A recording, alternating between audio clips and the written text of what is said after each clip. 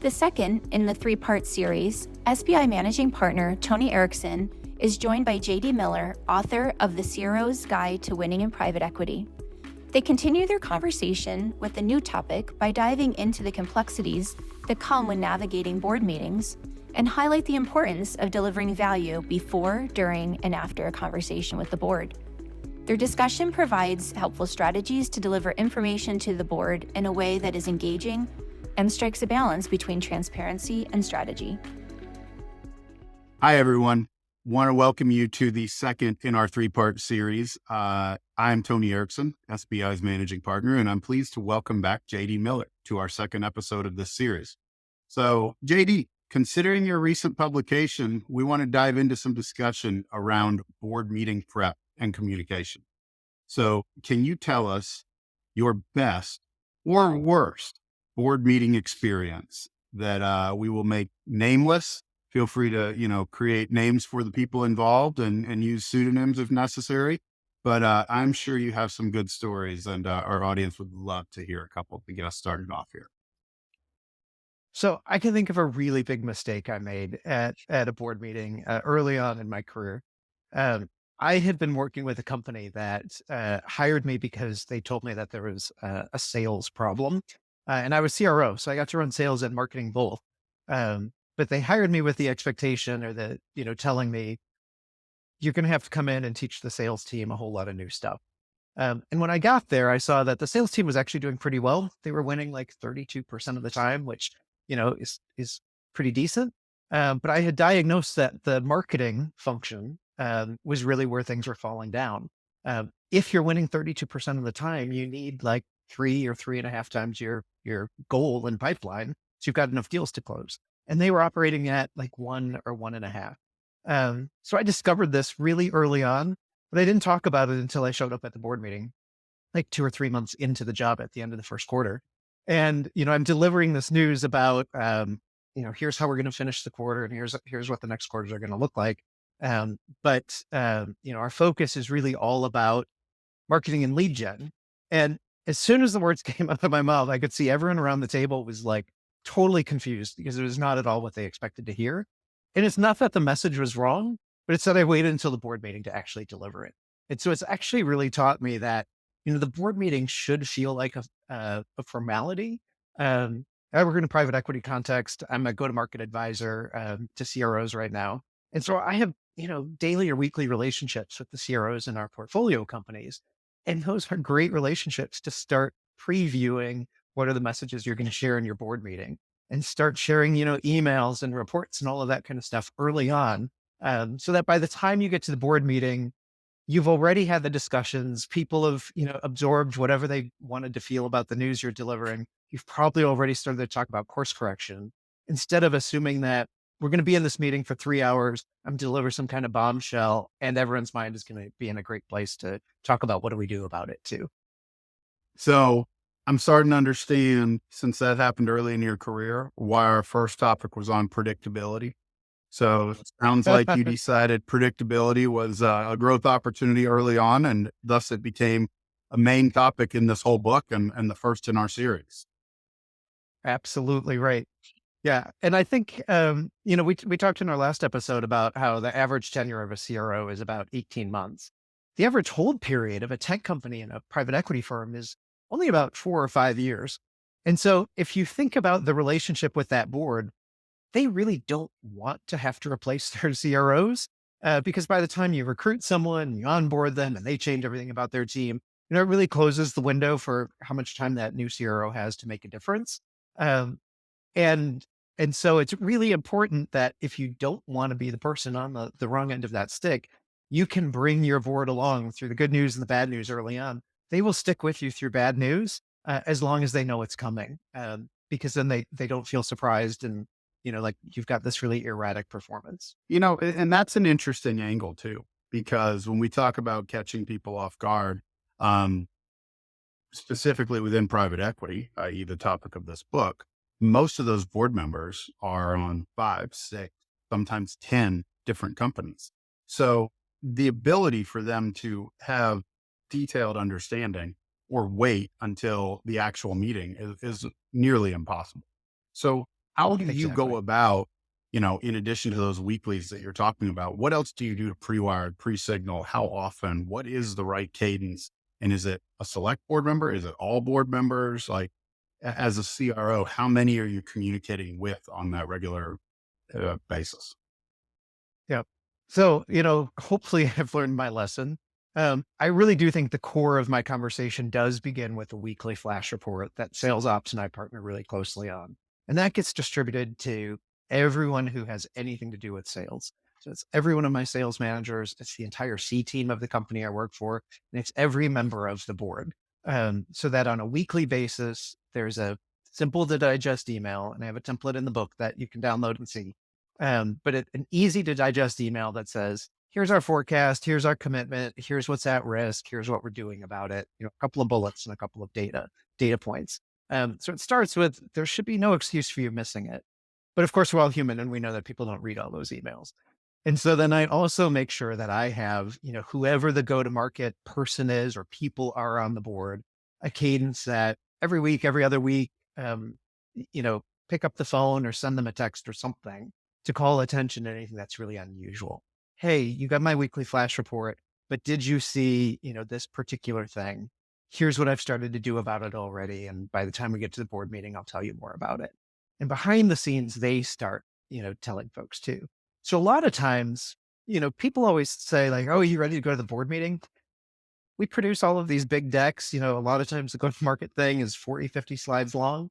But a lot of times my portion of the board meeting is only 10 minutes because I don't need to go through every slide. I don't need to explain it all because they've heard it in the email. They've heard it socially. Maybe they've pre-read it.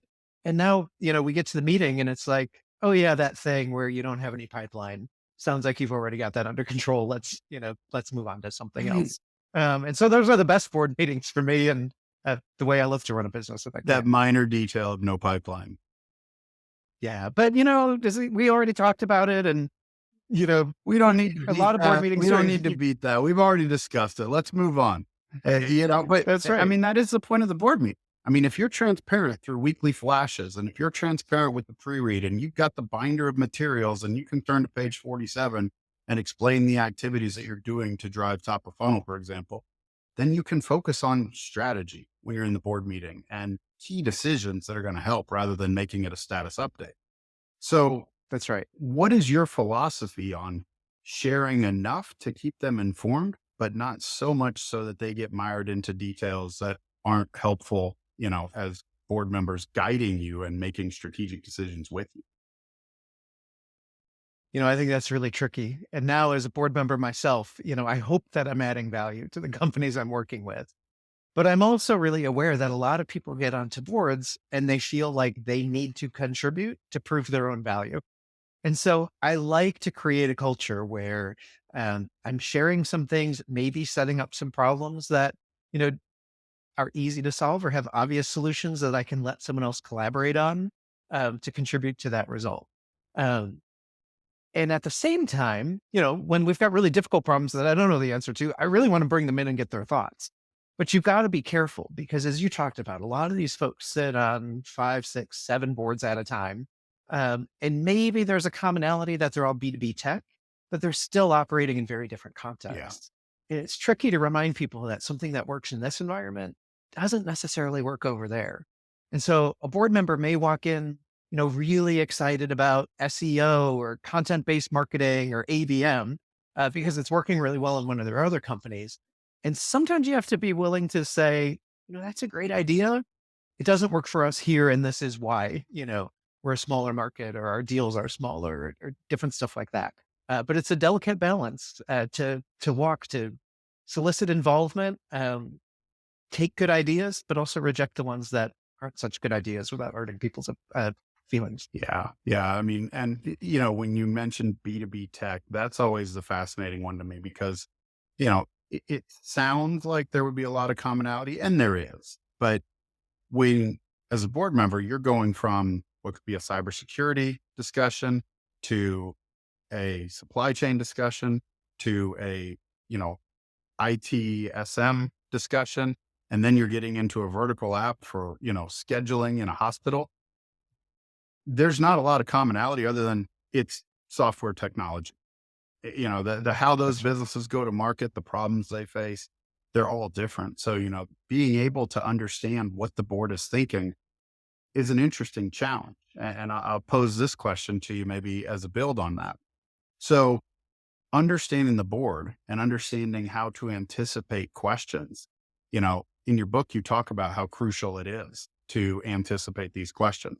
So, what are some of the frameworks that you've used to prepare and help predict where boards are going to be concerned before going to the board meeting itself? Yeah. So if I'm stepping into the role, as the brand new CRO, the first thing that I want to do is get my hands on as many board decks or meeting minutes that have happened before I was there. Because often, and you hear this with interviews too, you'll often hear a common theme of, we moved on from the CRO because they were never able to answer this question. Or you go through the board decks and you see that the same issue keeps coming up. It's a big clue to the orientation of the people that are working with you. Um, but we talked about predictability. I also really like to talk about consistency, that once you've narrowed in on, the structure of what your report looks like, don't change it. Yes, it might be 30 slides long or 40 slides long, but I worked with a PE firm. Actually, my first exposure to PE, worked with a firm that delivered us the board deck and said, this is the framework. This is how all of our board meetings are run across all of our portfolio companies. Don't change anything about it. Don't change the font to blue. It's red for a reason. Maybe you don't have an international business. Leave that slide blank. Because, they've gotten a rhythm and a routine about how they're working that you should start to move into, that'll make it easier for them to consume. Yeah. No, that's great advice. And as when you're working with different private equity firms, they like to see stuff in a common way. And there's a lot of similarities from one PE firm to the next. So that's one of the things that, SBI actually did to help onboard new CROs, is developed a best practice around how to deliver presentations that get boardroom results, because there's so many different learnings from them. And, some will want to jump straight into the details. Others will want to understand the big picture, but the flow is the flow. And, the board is going to have its own personality. Every one of them will. And, you got to understand that board and be able to anticipate how to best meet them where they're at. And I guess the other thing is it really matters on where the health of the business is too. I mean, if you're brought in as a turnaround person versus you were there pre-transaction and you're there to take it to the next level, very different tone and tenor in communicating with that board. That's right. That's right. And, you've helped me with this a lot. We've gotten to work at a couple of companies within the same PE portfolio.